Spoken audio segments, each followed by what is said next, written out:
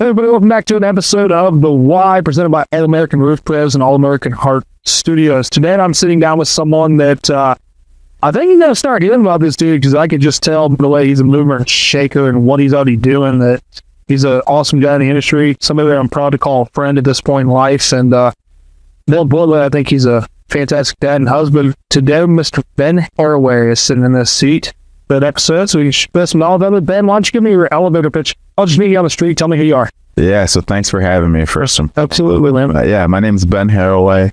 I grew up in Norwalk, Ohio. I'm a lifelong sports fan. So I was a big basketball player, played throughout high school, played through college. When I was in college, I went to Ashland University, where I got my accounting degree. Go Eagles. Yeah, right. After college, I moved to Columbus, and my wife and I, we got married. We had a baby.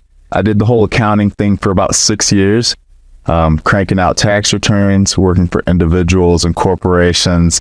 And once we had our baby boy named Rome, we decided maybe it makes sense to be closer to family, get some help with the grandparents, with babysitters. That free babysitter service. Yeah, exactly.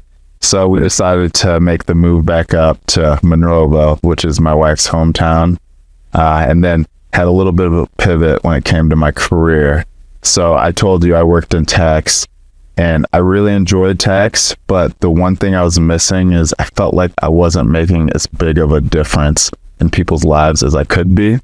So I switched to become a financial advisor at Edward Jones, and now, instead of clients coming in at the end of the year saying, hey, this is what I did for the year, save me money in taxes, now I kind of switched to the front end of advice. So I'm able to consult with my clients, help them make those decisions, and we can make real change, real impacts when it comes to taxes, finances, you name it.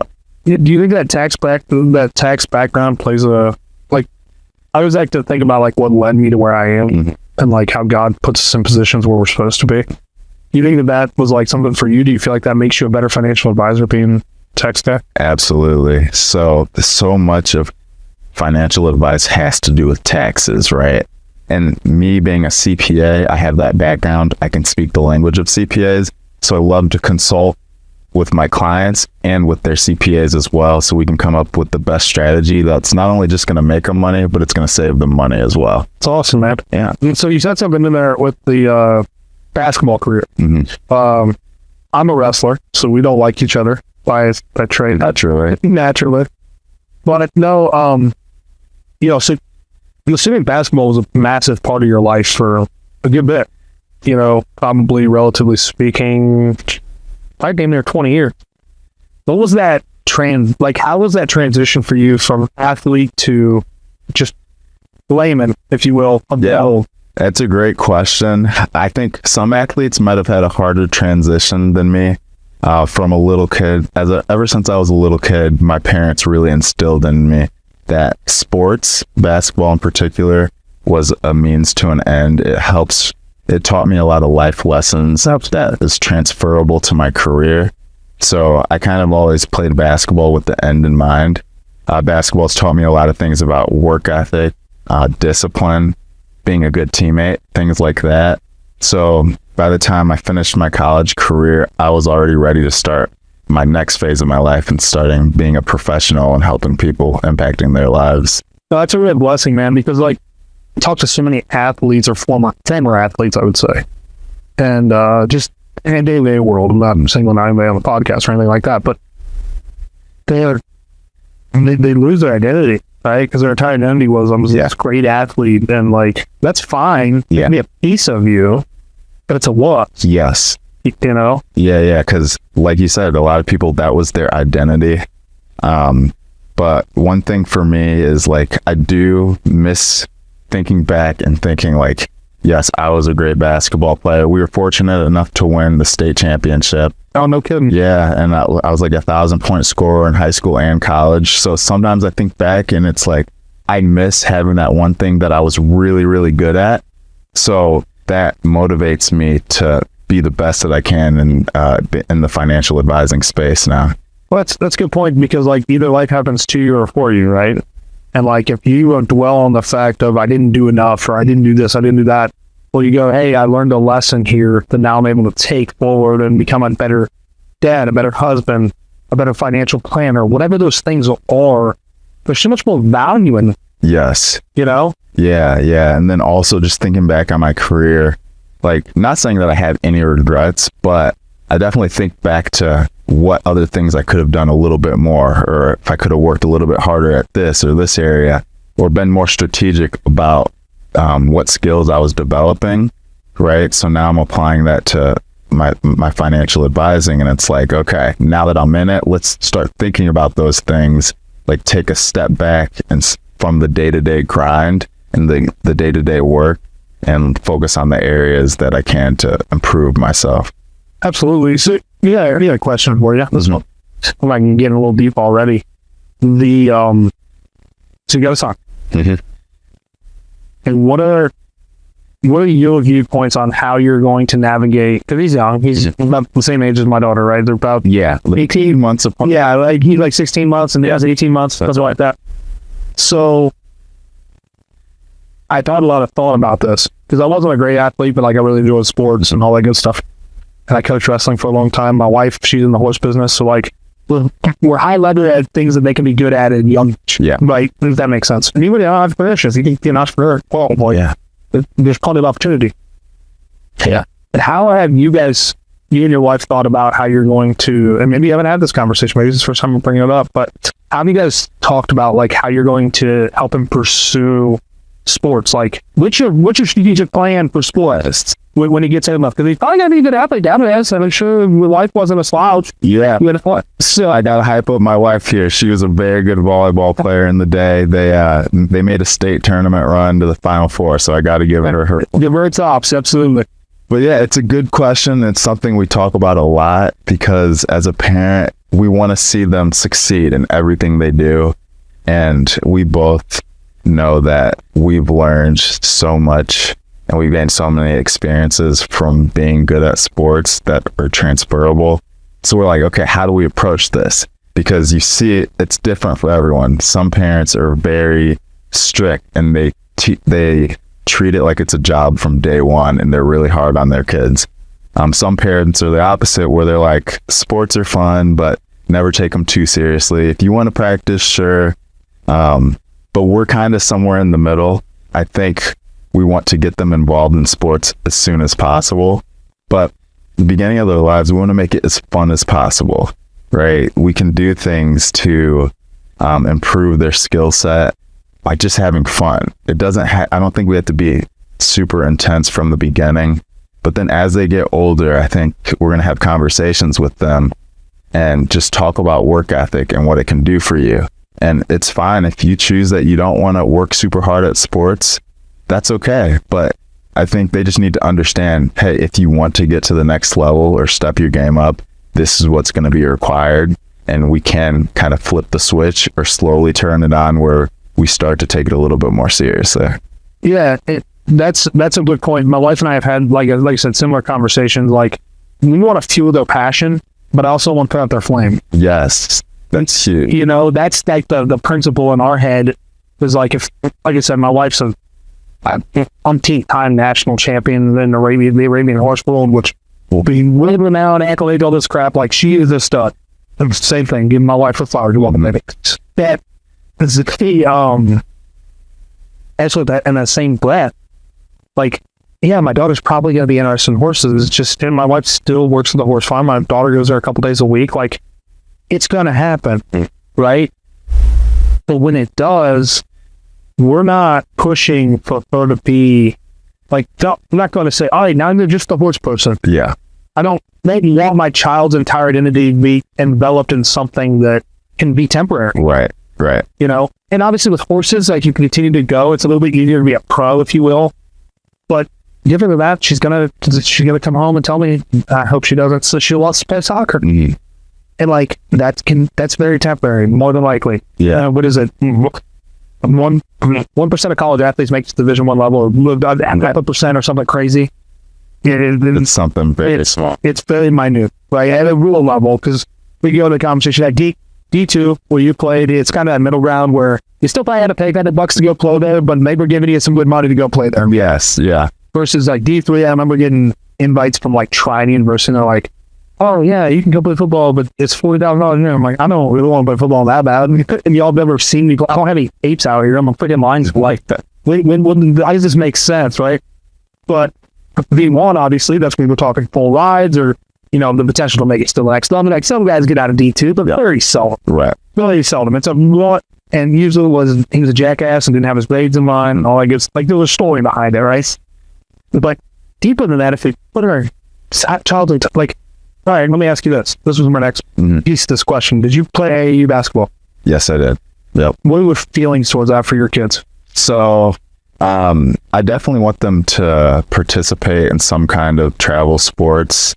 At least try it out for a few years, see how you like it.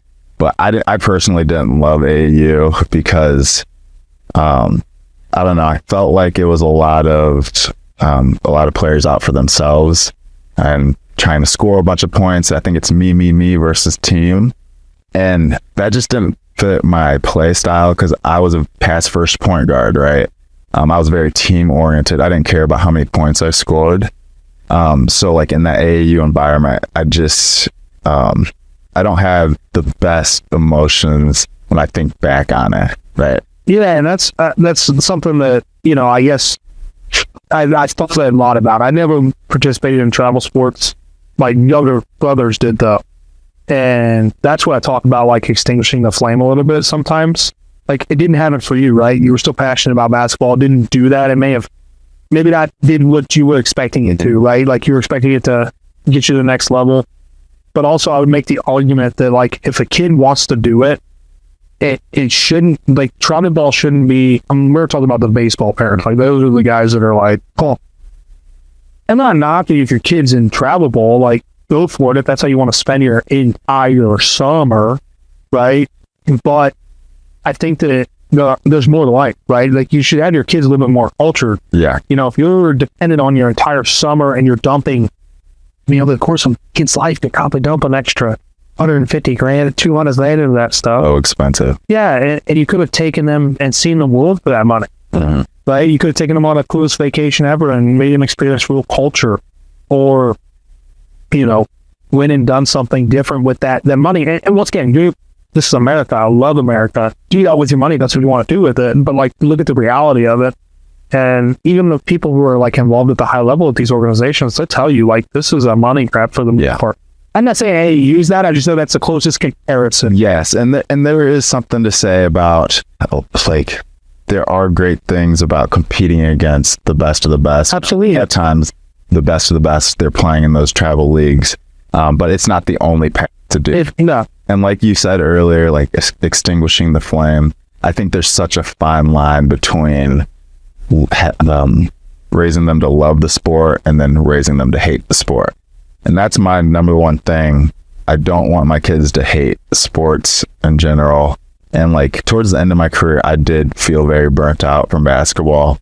Because when I graduated, I focused on my career and I didn't watch basketball on TV. I didn't play rec basketball.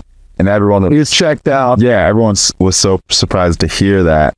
But now I've taken some time away from the game. I'm getting back into it. Yeah. And I'm starting to enjoy watching it again.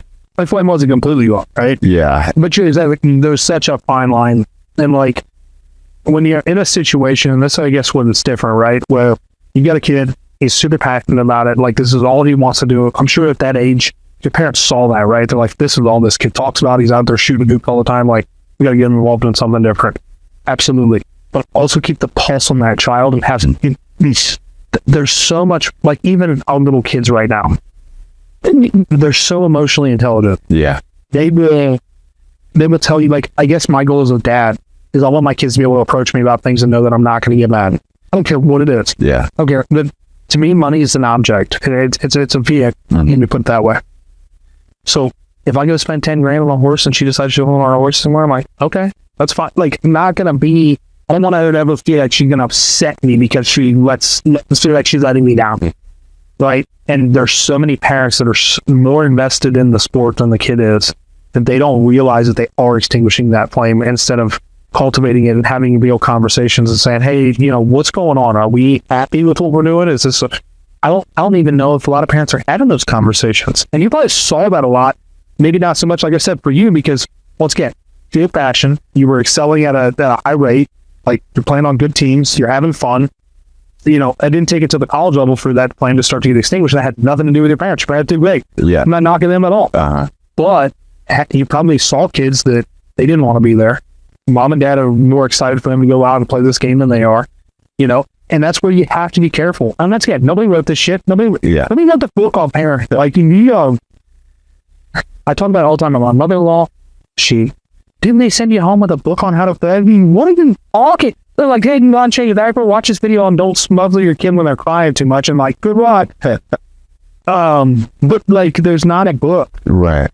Don't care how many parenting books you read, how much stuff you want to prepare you. It's the coolest thing you'll ever do.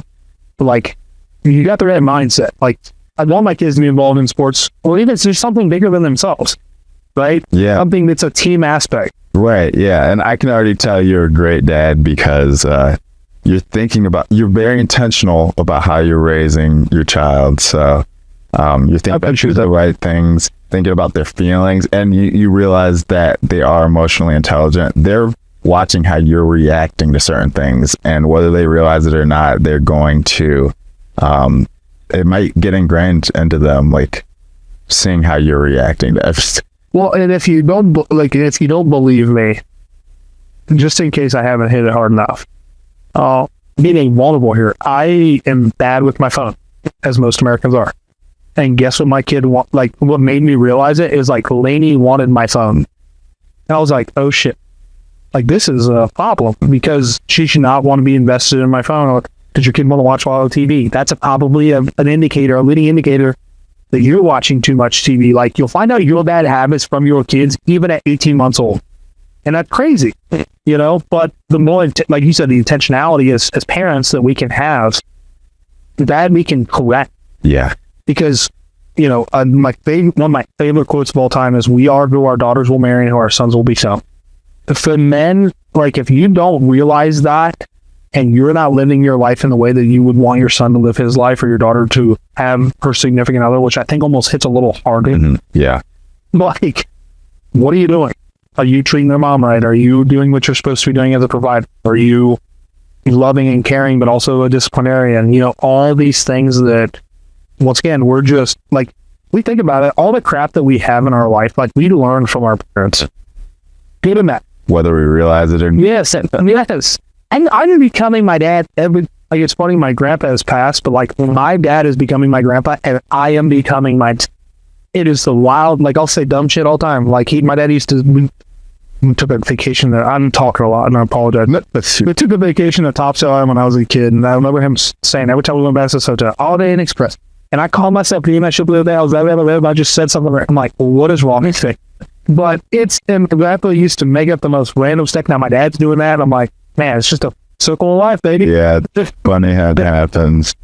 It makes me think that nature versus nurture too, because a lot of that's nurture. Some of that I do think is instilled into your DNA. Absolutely. But it's funny. Well, and that, like the world's all big on it right now, like, oh, let's break the generational curses. Okay, so that's a nurture thing. But I'm just a dumb roofer for the most part, but I love human psychology and like understanding, especially as like a dad. When you understand that stuff and like you understand what the development years are, and you can really like set your kid up for success. Mm-hmm. But it's actually like a catch-22 that I talk about all the time because I'm still trying to figure it out. Like, don't I create the crap that made me who I am, and I don't want my kid to go through too. Yeah, we all have that, that. My parents had me when they were super young. We didn't have a lot of money, so like that made me hungry and wanted to be an entrepreneur. I don't want my kids necessarily to be an entrepreneur. Like, that's not the goal. The goal is for them to be hungry and work hard, like you said. And how do we do that? Because, once again, I think we're a lot more similar than when we realize. And I think we're both on the same page with this. Like, we want our kid, we're working hard. We have nice things. We want our kids to enjoy said nice things, but also we want them to still want to work hard. Yes, and I think that's so important because working hard and not feeling complacent, that's what gives you fulfillment in life. You know what I mean? So that's why I feel like a lot of entrepreneurs absolutely love it. They feel like they have purpose. And you don't have to be an entrepreneur to have purpose. No. right? You can work your normal 9 to 5 W-2 job, but is it a job where you feel like you're stagnant and there's no room to improve yourself as a person, or are you still able to level up? Yeah. So there's a room for growth and right? And it doesn't even necessarily have to be room for growth. Like, do you feel like is it fulfilling? Right? Buddy Chris Summers at the Camp Christian Community Center, like, yeah, he's an entrepreneur. He works in the nonprofit sector. He doesn't he makes good money, but he doesn't make phenomenal money. He'll sit down and tell you that. But like, the work that he's doing is fulfilling. Yes. So like, finding and it doesn't have to be inside your work. Mm-hmm. You can do works outside of your work that are fulfilling as well. Absolutely. Volunteering somewhere, doing those things. That's what we've kind of come to. My wife and I, we've decided that we're going to ingrain in our kids one of two things. One is that this is mommy and daddy's money. I'm going to die with all of it. It'll go away. Like, I'll figure it out. It'll go away. I'll set them up for success, but like I told my parents, if I need your money when I'm 60, I've got a problem. Because I'm hoping you live another 30 years. Because they're talking about, you inherited it. I'm like, no care. Yeah. You're the only people I would give the advice to take a reverse mortgage up on your house, because I know I'm good. But I hope my kids are the same way. Yeah. They don't have to. I hope I live till I'm 90. If I die tomorrow, I don't know. Hope to God that I live till I'm 90. If I live till I'm 90, my daughter will be 60. If she doesn't have her life figured out at that point, mommy and daddy, she'll be waiting on the handout from mommy and daddy. Yeah, inheritance, right? Yeah, and even if it was like a very unfortunate situation, if you were to pass early, and like, let's say you left behind a ton of money, money is not just gonna magically solve everyone's problem. It doesn't find money. The most important thing is the values that you instill in them, and when it does come to money, the lessons that you learn about how to earn money, if that's important, how to manage money, how to invest it, how to be smart, right? Like, the skills that come along with that are way more important than actually receiving a ton of. Yeah, well, I mean, look at the lottery. What's the statistics on the lottery? That like half, it's more than that. It's like 95% of them are broke after. Yep. And same with professional athletes. Yes. Yeah, and that's something that's been cool. We talk about that real quick. There's a financial advisor, like, the fact that these guys are actually being smarter with their money now. And you hear kids growing up, like, all those athletes that we were using over are pretty much broke, aside from a few, right? Like Shaq, he's probably the best one to listen to as far as how he managed his money. Yeah. Obviously LeBron can go broke. I'm just talking about basketball players and jumping, like, outside of that, but Kobe, if he was still around, I mean, he was set up. Yeah. But a lot of those guys weren't set up. And even if you ask him, like Shaq tells us story all the time, like, he got that $1 million check and forgot that he had to pay taxes. When bought $1 million worth of shit, it was like, there's taxes coming out. Yeah. But actually understanding how money moves. Yes. It's all about being educated, having that drive to learn more. I think it's great that, like, the NBA and the NFL, they are starting to require their rookies to meet with financial professionals that can educate them. But at the end of the day, it's on them to want to learn more about it and actually be disciplined enough to make those decisions that's going to set you up for the long term. Yeah, because it can create generational wealth, right? But to me, I'll ask you before I tell mine, what's your definition of generational wealth? That's something you've been through your family, I can tell. Yeah, that's a great question. I think, when I think about wealth, I think it's about contentment in life, right? I don't think it's a dollar value. I don't think it's about like what they can afford.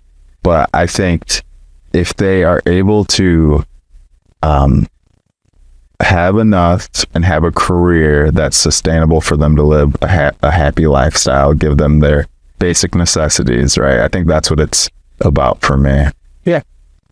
Look, that's actually a really good way to put that. To me, I've always said it's like, I want my kids to be wealthy in the aspect of, number one for me is having a relationship with Jesus.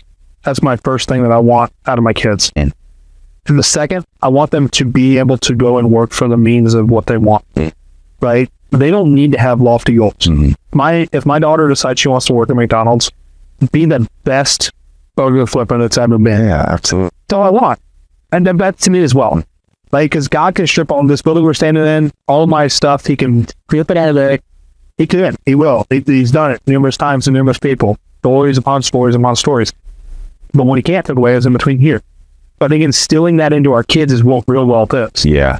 Giving them the values of hard work, also teaching them how money, Yeah. right? Like, she'll never watch this. My daughter will have a significant amount of money. We're kicking around how we're going to do it. When she turns in the mid-20s, though, she'll get a significant amount of money from us. One of that is, we talked about just giving her a rental and saying, do what you want with it. Oh, yeah, cool. It's a house, sell it, live in it, Yeah. sell it. I don't care. Sell it, live in it, hold on to it, look at it. I don't care. A decent chunk of change. Most of that little investment account set up for all of our kids. My brother is actually kind of the driving force behind that. I'm not going to tell them they have that. When I get to buy a car, it's like, no, we're going to go work. What do you have in your actual savings? What do you have in your savings?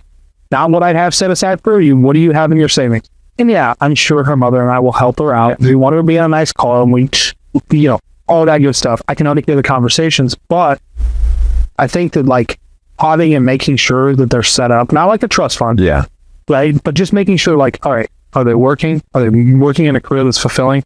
A lot of our history teachers out there, but if my daughter goes to college to get a history degree, I'm probably not foot in the middle.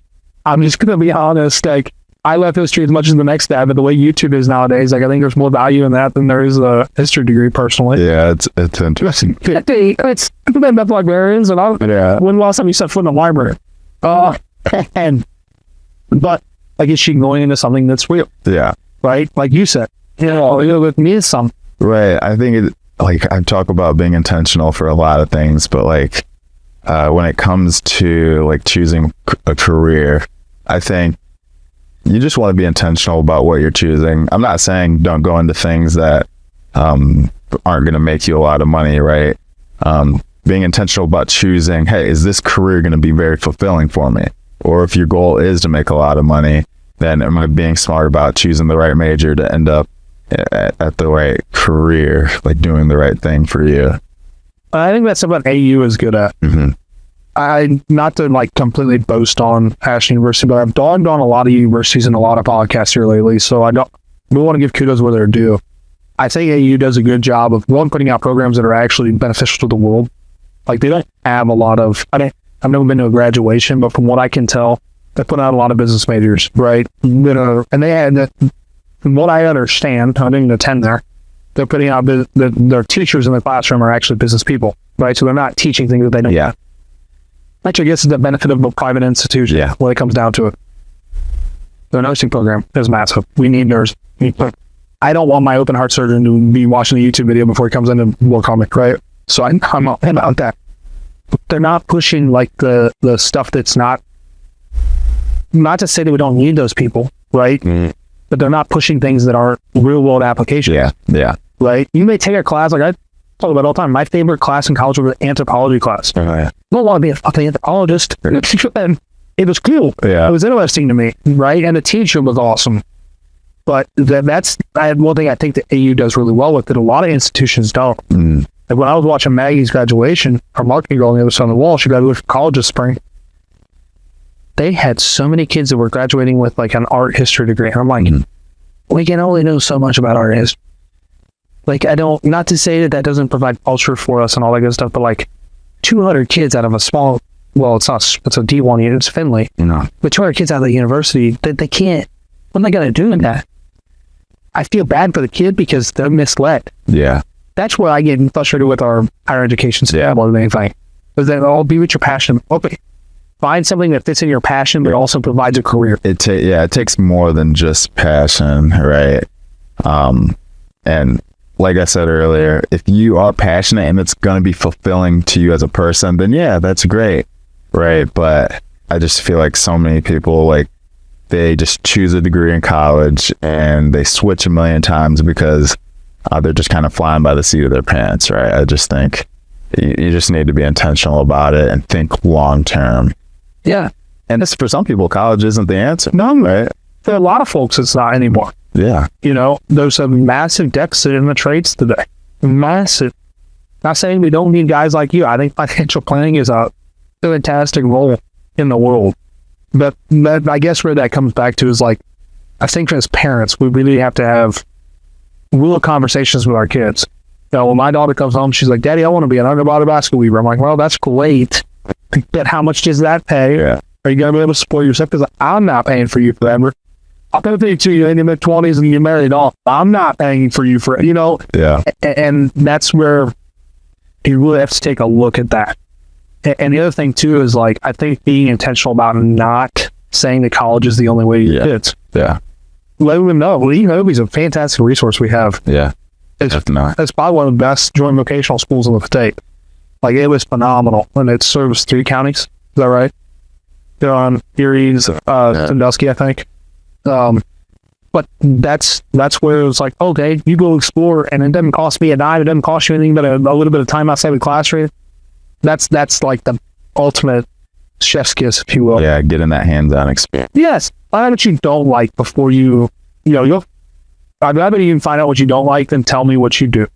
Right? Yeah. I think what you do. Then you can learn a lot of lessons learning what you don't like. So, literally. I feel like entrepreneurs say it all the time. Like, some people, they start up a company, they learn a ton of lessons. They might fail by doing it, but they apply that to the next venture that they want to start. Yeah. Those end up being the most successful people when it comes to like how much money they make and like the size of businesses that they're able to grow. What's that famous Thomas Edison quote? 1,000 ways not to make a light bulb, and I just found out 1,000 ways that doesn't work. Uh-huh. Like, it's not that there's only one way that really you need to figure out in that one career path, which can be in multiple verticals. That's the crazy part, right? Like, you could be an accountant for a farm, or for farm specifically in the ag sector, and do things a little bit different, right? If you were a farm boy, because you got that piece of land out there now, so you better get the overalls on after to be clean cut. That's where like it really does make sense. Let's shift a little bit here. What's you would have hobbies on your card. And the one that you said very few people know about you, that being the volleyball guy. Yeah. That comes with the wife now that we've kind of divulged. Like, is she watching volleyball? You're like, oh, I'll see. Yeah, so, okay. Going back to, like, my hobbies, okay? My friends all have a running joke that they used to call me a serial obsessionist, but that kind of sounds creepy, so I'm changing the term. I'm a serial hobbyist. Okay. I really love to find a hobby, dive deep into it, learn all the ins and outs of it, and get really good at that hobby, right? And then I get to a certain point, and then I'm like, okay, what's it? Yeah. But the one thing is, I always end up going back to all my hobbies. Like, I might not say, yeah, so like chess is one of them.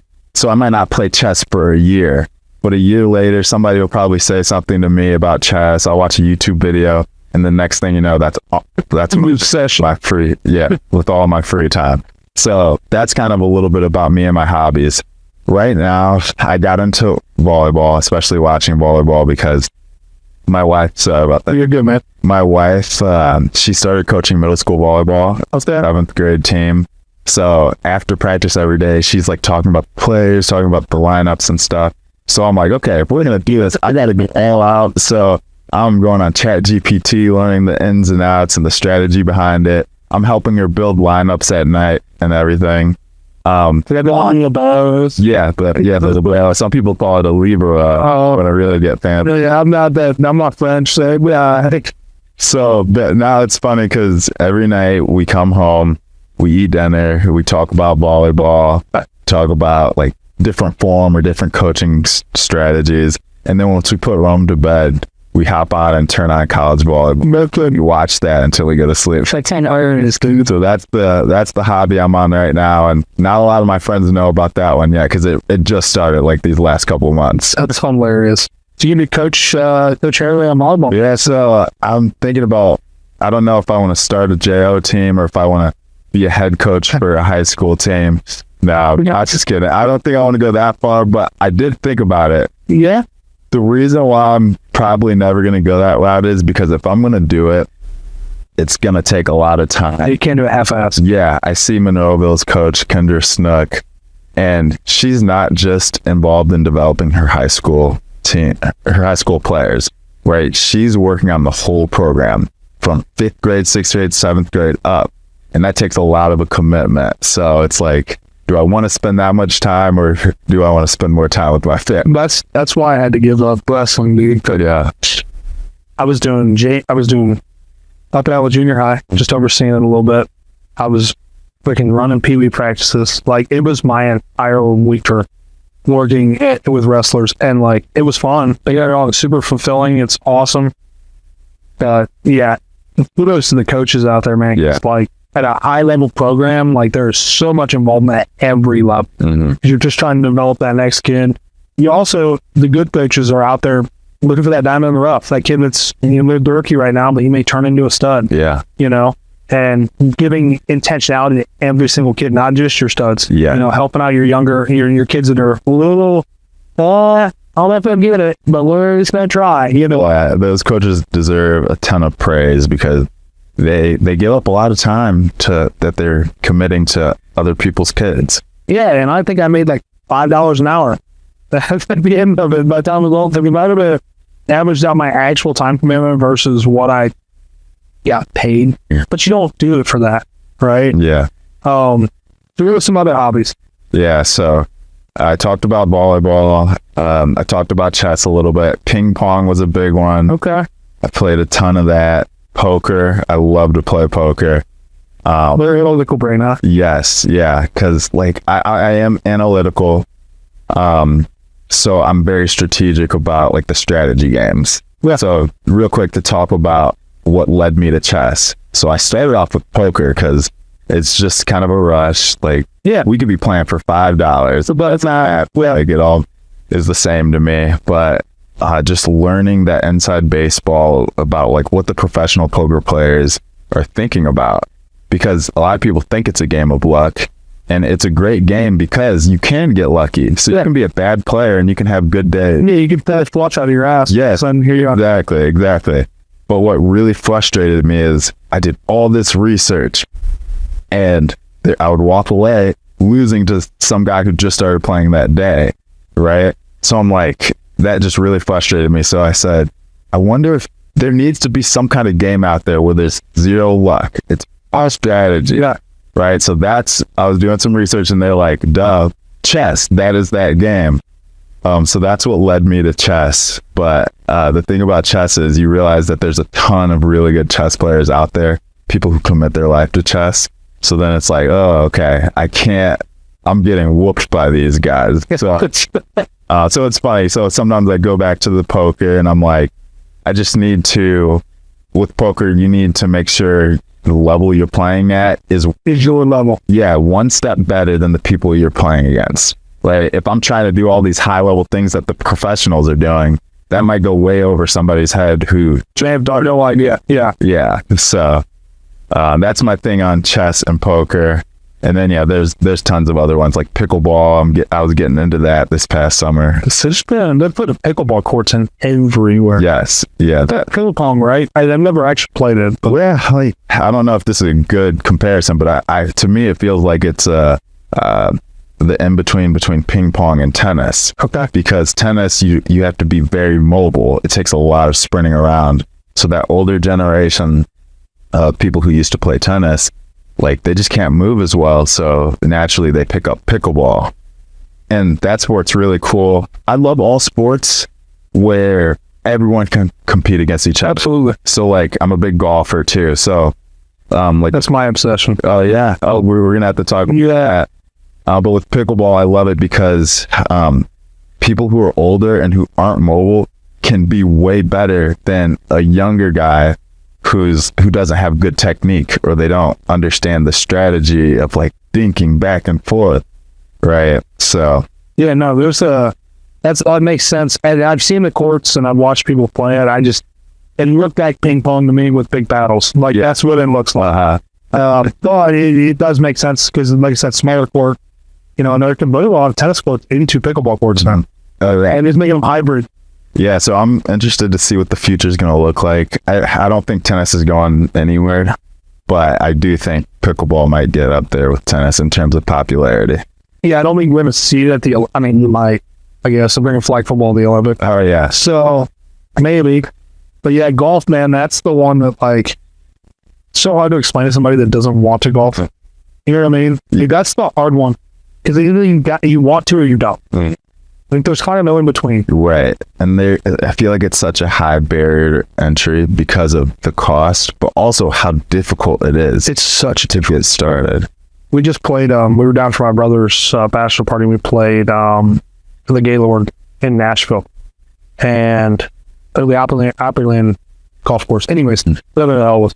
I tell you, like, we typically play a scramble format just because it's more fun. Like, you go out, like, you're having a bad day. You hit a couple good shots, you're happy about it. Yeah. You know, but for the most part, man, I'm not.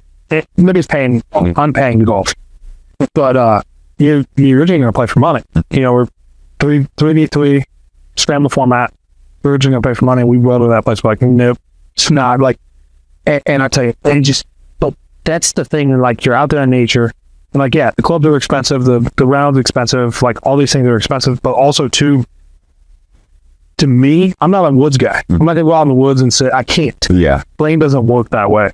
I'm not a hunter, I'm not a fisher, I can't do it. That's my getting out of nature. Yeah. Go out 6 hours, forget about the world, 4 hours, forget about the world, and just enjoy the round. Yes, enjoy some fresh air. I feel like there's something like instinctively that you like just being outdoors and like looking at the landscape and like how pretty some of those courses are. Absolutely.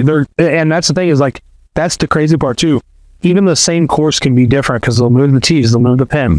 Like it makes, or you'll hit a different shot. Yeah. And all of a sudden I'm seeing a different part of the course I've never seen before. Yeah. For me, it's the moves typically. So I think if they have fun. Yeah. People always ask like, why would you be a member at one course? Like, doesn't that get old? But like you said, they move the pins around, and also like it's impossible to hit the same shot 2 times in a row. I probably never hit the exact same shot 2 times in my life, like in terms of the exact direction or like how much it fades or draws. So like it's the same course, but it feels like a completely different game every time you go out there. What's in your golf bag? Recently, Kind of clubs. Yeah. So I'm big in the Mizuno irons. Okay. Yeah, for you, the Mizuno guy. Yeah, those are big field clubs. It's like it's a big brand, but it's not like one of the big main. Yeah, so TaylorMade. Yeah, so I feel like it's a little bit different out there as well, but it has like great feel when you hit it. What driver are you swinging? It's a Callaway. What's that? It's a Callaway Rogue ST. Oh, the waves are nice. Yeah. How about you? What do you play? I just that. So I've got a TaylorMade driver. It is a it's blue. The Sim 2 or Sim 1 maybe? Sim 2. Okay, yeah. Honestly, like, I'll probably never get rid of that driver. I've watched a bunch of reviews. I'm a sessionist, I guess, or whatever the hell you call it. But I've watched so many videos and everybody talk, like, that's always 1 or 2. Yeah. Like, it's like between that and like, they try to say the AI smoke. I don't buy it. Yeah. They always push the next. Yeah, they're always trying to push the next one. But the Sim 2, I think TaylorMade got it right. Mm-hmm. She just left it. I agree. So Sim 2, and then I'm swinging Callaway irons. Nice. So, and then I've got a Odyssey putter. Okay. And I've got a throwaway 60 degree that I absolutely love that I'll never get rid of. I don't even know what brand it is. Oh my God. Yeah. I had one of those at a top flight 60 degree. My friends used to make fun of me all the time, but it worked for me. And you know, that's the thing that I get into guys about all the time. So I'll be out playing with them and they'll get mad. And for me, like, golf is just like, I enjoy the experience. I literally, once again, we go out, we scramble the format a lot. My wife's into it. She's got a set of Callaways that I bought her.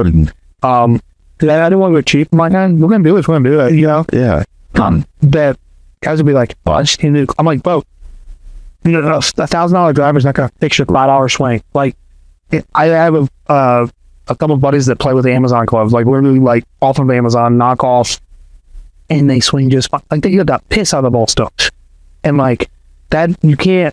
That's where glass has got like little contributing on people's heads. Yeah, it's like, oh, if I go buy the new AI smoke, I can hit the ball 5 yards further. Yeah, but you still only hit 175, bro. Like it's not. Most people, it's not gonna make an impact on your score, especially. So I don't. For me. Like, obviously, you know, I get into the weeds, I get into the details. I like to think how the pros are thinking.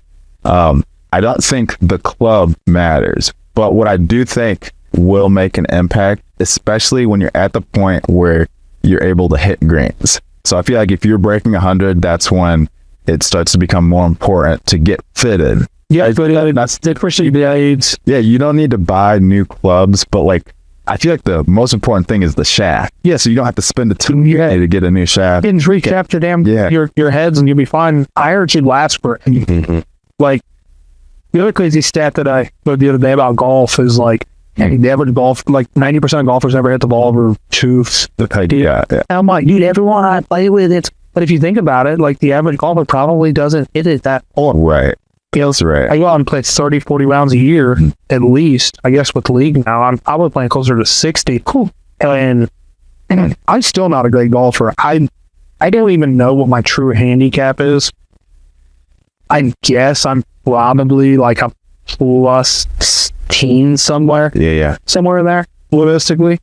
My drive's where it's at. Ironically, that's when most guys get it right first. And that's the other thing. When my kids ever want to golf, I'm doing a Tiger method, dude. We're going to the putting game first. Like, you know, learn how to putt. That's the hardest part of the damn game. Yes. You're getting the win in two, but you're still two putt. Like, you're still three putt. It doesn't matter. Yes. You know, funny because putting is the worst part of my game. So my game is the closer you are to the hole, the worse I am at it. So I'm the worst at putting. And then chipping is the next game. And like, I know that's the most important part of the game, but it's way great iron. So like, that's really what I work on. But yeah, it's a tough game. And that's why a lot of people, like, I got my father-in-law's one buddy, we were trying to get him to go out. He's tired now. We're like, hey man, just come out. Like, all the thing is like, hey, it's kind of like I approach Jesus. I'm like, just come out and play around with us. If you hate it, I'll pay for the round. I'll bring the club. We only have extra clubs sitting around. You don't see the point in just smacking them. I'm like, okay, I'm never going to get it through their head. You know, that's a lot of guys, like, once you get them out there and they understand and they hit a good shot and, you know, you try to give them a couple of pointers in the tee box and, you know, I'm not one to give advice without asking. You're like, hey man, what am I doing? Yeah. I hate unsolicited advice. Right, especially on the golf course. Yeah, but you just said a piss poor shot. You're going to tell me what I did on eyeball?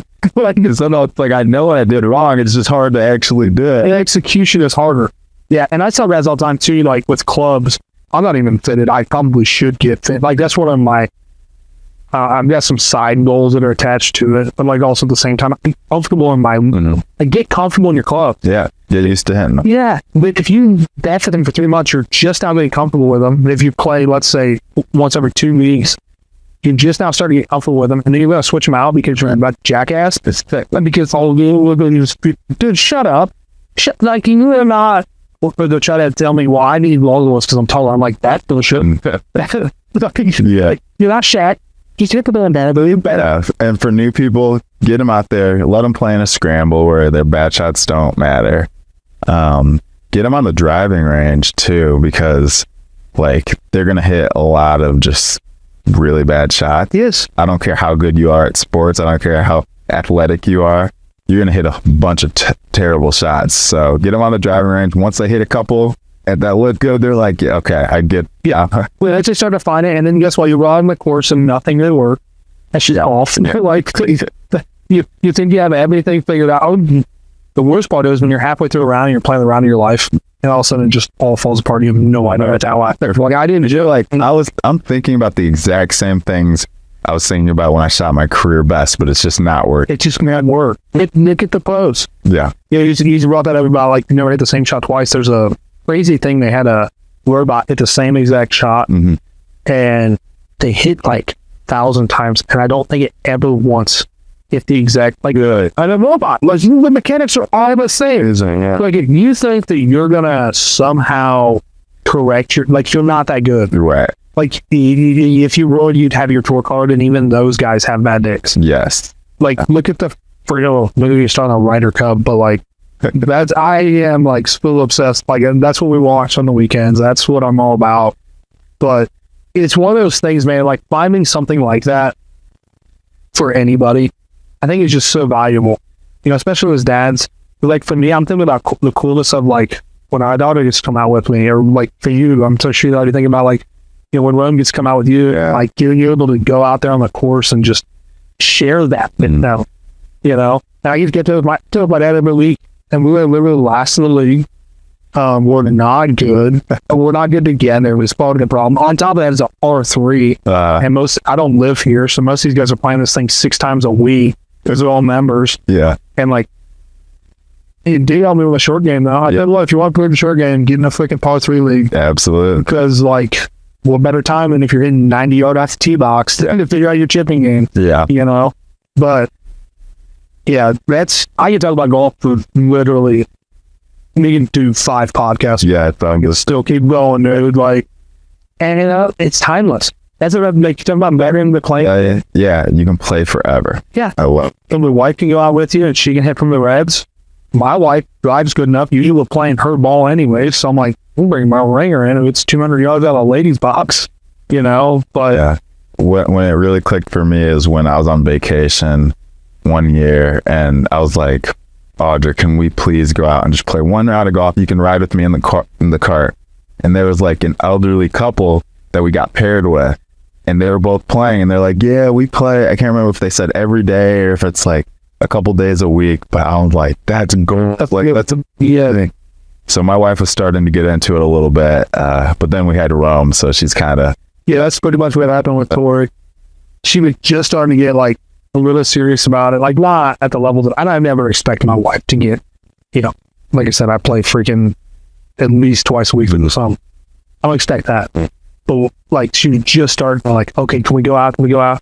And then we got pregnant. I'm like, that's wonderful. But play through it, play with you, but then after she had the baby, Yeah. same thing. Yeah.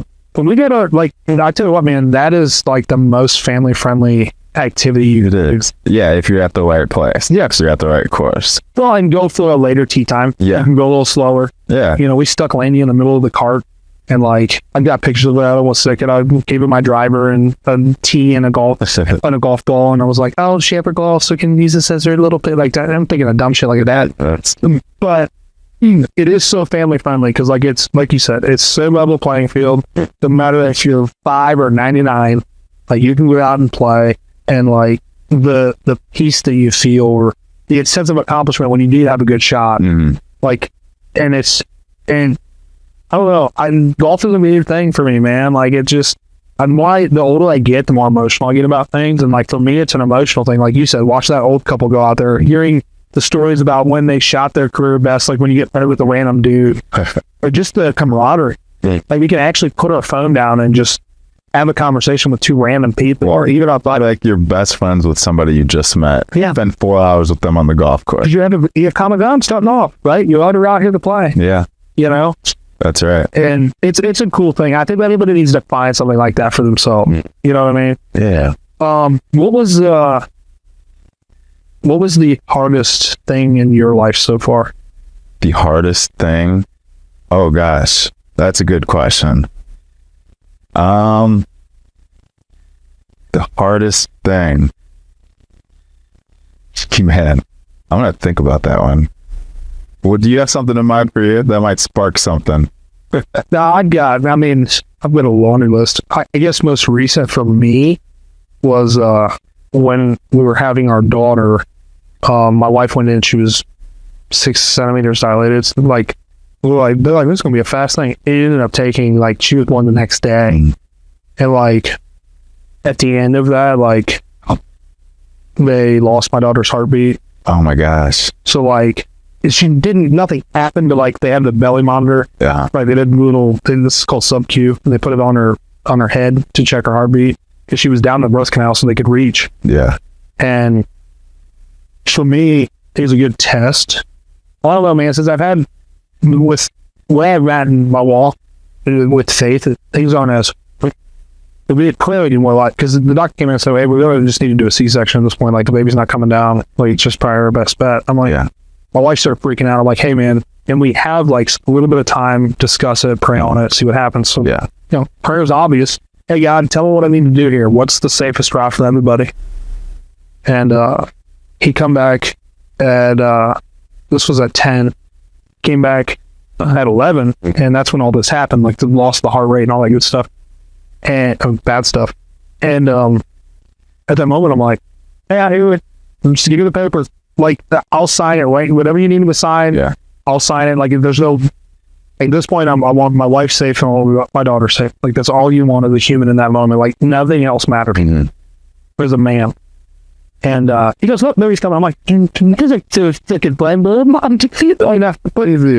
yeah, she was naturally born. About an hour and a half later, the blessing of nurses, and like, no, it was cool. But like in that moment, like the desperate, like seeing loss, like the complications and stuff. Those nurses knew what was happening, and like they're not saying anything.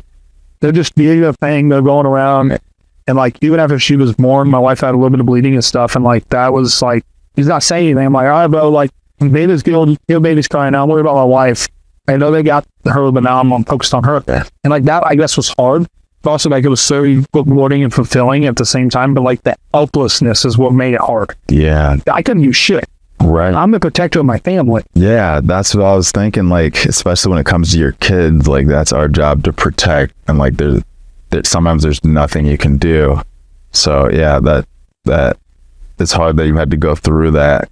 When my wife was going through her pregnancy, at first, like, we were really freaked out because Rome was always measuring really small, below like the 10th percentile. So I guess if you're below that 10th percentile, it calls for extra tests because it could mean that there's a bigger issue going on. Sometimes it is just because it just happens to be a small. It could just be how they measure it too. Yeah, that's one thing we leaned on was prayer. Like me and Audrey are big into our faith, so that was huge, helping us stay strong throughout that.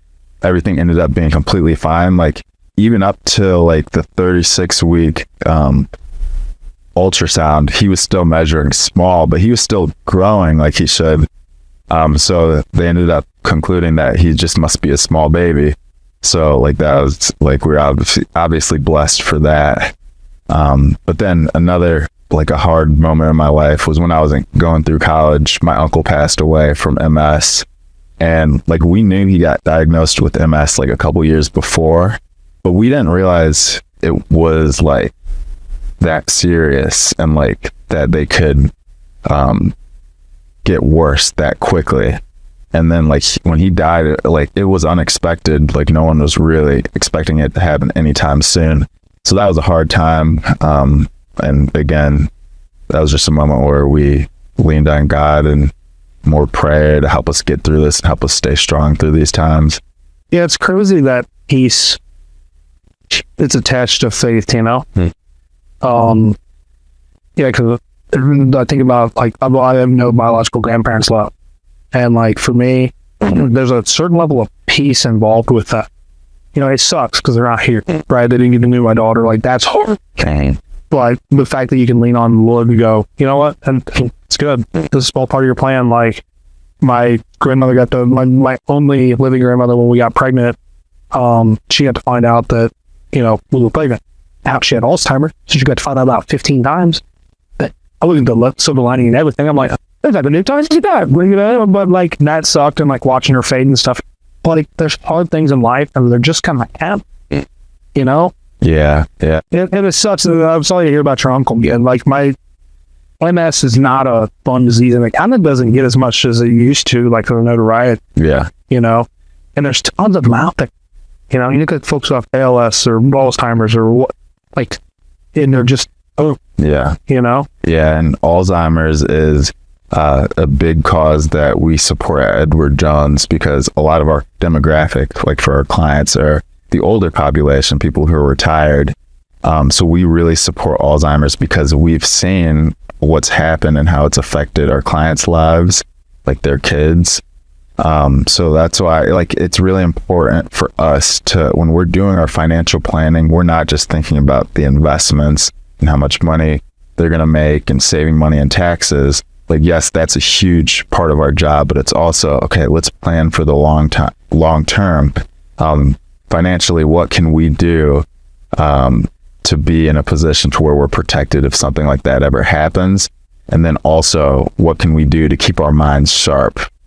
Because obviously we don't have Alzheimer's figured out, but there's been research that shows people who stay physically active and people who stay social and interacting with people, it definitely delays Alzheimer's. Yeah, there's actually been some studies, and I get confused. I don't know the difference between Alzheimer's and dementia because they feel the same. Oh yeah. You know, like they're the same thing, but I don't remember if it was Alzheimer's or dementia, but it's actually, they're classifying it now as type 3 diabetes. Yes, I've heard that. Which is crazy, but then they found the correlation that if you have diabetes, you're at higher risk for, I don't remember which one it is. Like I said, I don't know the difference. I'm not a doctor. I don't tend to play one on TV, but when you know those things and then you choose not to take action on them, that's on you. Yeah. You know, when you know that you need to be physically active, like that's just kind of a, let's be honest. We need to be better about it as humans. Yeah. I mean, do everything under your control to set yourself up to live a healthy life, right? Because we don't know for sure, but we can only do what we can do. I want you to real quick think back to that hard time, and I want you to put yourself in those emotions that you were feeling. Mm-hmm. What advice would you give to yourself looking back on it now? And maybe like on something different, or how you would have reacted to. Oh, like while I was going in Peru, like the loss of your uncle. Yeah. I think I would have. I didn't completely isolate myself, but I still think I would have taken that time to really appreciate the family that was still there, that was still around, and just spend more time with them and like reflect on my uncle's life, but also just continue to deepen that relationship with my family members and just enjoy that, you know, because I feel like when you're going through hard times, it is easily to isolate and to try to like deal with the grief yourself, but just talking through it can help make you feel better, and also the other people who are going through that same grief. Absolutely. That's good, man. That's good advice. And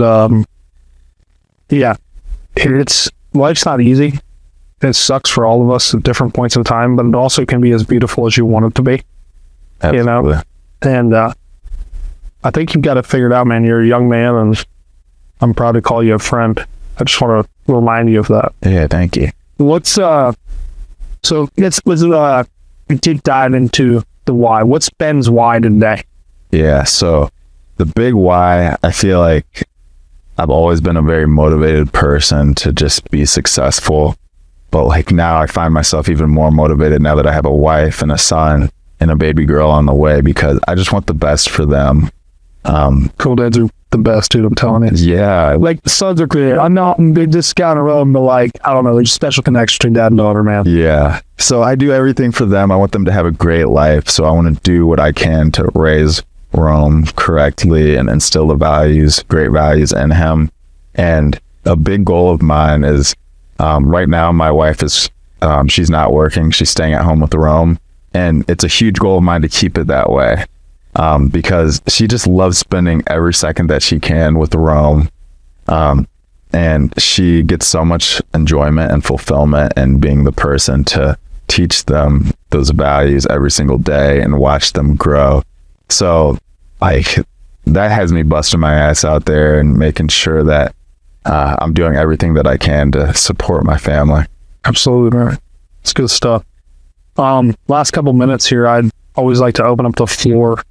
And if there's something we didn't talk about that you wanted to talk about, the floor is yours. Yeah, no, I mean, I just want to say thank you for having me on the podcast. I say this every time that we meet in our networking group. Every time I hear you talk, hear you speak, I just get even more motivated because you're doing great things. And I feel like there's a lot that I can learn from you. So I'm glad that I've become your friend and I get to kind of witness firsthand what you're doing with the business and everything. And also just how you're being a father and how you're being a great husband. So just thank you. I appreciate it, man. I gotta tell everybody, man, my goal is I want to be known as a Christian first, a husband second, father third, and finally a leader. And ultimately, if I do those top three, the bottom one shines out the most because we're leaders of our household, we're leaders of our kids, and hopefully we can be leaders for Christ. And ultimately, it's like it's crazy to think about life that way, but like, you know, I think the best piece of advice I ever got is like, don't stop dating your wife. Like, just because you had kids doesn't mean you're not mom and dad, or doesn't mean you're only dad. That's great. Yeah. You know, and I tell young fathers that a lot. I tell young couples that a lot. And my wife and I we're not faultless, right? We, like last night, we enjoy, like, I'll never get this day back as young as she is, as in like all these things, right? But if we can just focus on being us too. Yeah. And take, like, we took our first date night 3 weeks ago. You know, first night, like, Larry, like, it's just Amazing. but it took us freaking nothing, you know. Yeah, you got 18 months to do it. schedule more. Yeah. Get it? But we just love, like, we're loving this season of parenting. Yeah, that's right. And, man, like, that is just, like, it's so fulfilling and so rewarding, but, like, your kids are going to leave the nest someday. You don't want to look across the table from the person you're eating dinner with and go, who the hell are you? Yeah. Like, that's the ultimate goal. Like, Yeah. well, who am I? Right? Yeah. And that's why, like, when I put that Christian first, like, it's focusing on me. Mm-hmm. Because, like, Christ is within me. So, like, if I focus on being a good Christian, it'll ultimately become who I am. Yeah. And then focusing on being a good husband. So, you know, I didn't know they could throw that tidbit in there, man. But, like, I appreciate that you would have those kinds of words to say. Because, like I said, you're no slouch. You're a good dude. And we have a lot of aligned interests. Yeah. And it's good to have good people. And I guess my piece of advice would be is they're more out there than people want to realize. Mm. Like, even, it doesn't matter, even if you take, let's go to the non-secular world where talking about Christians versus Jews, we worship the same, I worship a Jew, dude, so, like, we can have some common ground somewhere. In the Islam versus the Christians, so we can have some common ground somewhere. Ultimately, we all can have common ground somewhere, and there's great people out in the world. Right. And, like, the way the world is nowadays, man, if we just listen instead of talking, it can be, like, so much more fun. Yeah, because you can learn something from everyone. You don't know everything. Even if they're an idiot. Yeah. Well, that's dumb, but at least a little bit of that, we call it to do, right? Yes, yeah. You know? We're both in the investment space, and, like, I'll hear somebody say something sometimes, and I'm like, yeah, I guess that might work. Your MLM's probably not going to make you a millionaire, though. Yeah. Like, unless you're at the top. I don't know if you're probably not, but that's fine. But yeah, no, everybody has value. Yeah. You know, as human beings. Now, I'm not trying to get all hotsy-totsy and up on my soapbox, but, like, they just took a big step back, man. Like, I learned stuff from you. You're a smart dude, man. Like, you talking to me, and I have, just because I run businesses doesn't mean I have any idea about taxes. I'm dumb as hell. Like, how do you save me money, bro? Like, that's why I have a strategy. Yeah. Like, financial planning. I'm like, I don't know. Yeah. Yeah. I think it's great. Like, people who try to be an expert in everything, they're going to fall short, right? So I love having your thing that you're great at, that you can just be that person to be the expert at, and then learn who you can trust and delegate out. Like, I think that's the best thing you can do. And be smart. Like, my piece of advice to entrepreneurs or just people in general, be smart enough to know who you're hiring. Yes. And just know a little bit about what they're doing. I don't care if it's your damn mechanic. Yeah. Like, if he comes in and tells you need blinker fluid, you should probably find a new freaking mechanic. Yeah. You know, like, you don't even know how it all goes together, but you should at least have enough common knowledge to understand that he's not selling you snake oil. Right. You know, same with the financial planner. Like, there are plenty of bad ones out there. You know, I think the brand of Edward Jones helps you out a ton, but I think Ben Harley, the human, becomes a good human, right? And that tells me that there's a trust level there. And when someone wants to invest with you, they're doing it because they're consciously making the effort to. Yes. Rather than you doing smoke and mirrors and saying, I'm going to turn your $5 into $1 million. Right. It's no, we're going to strategically plan on how we're going to do this, and I'm going to explain to you what I'm doing every step along the way. Exactly. Yeah.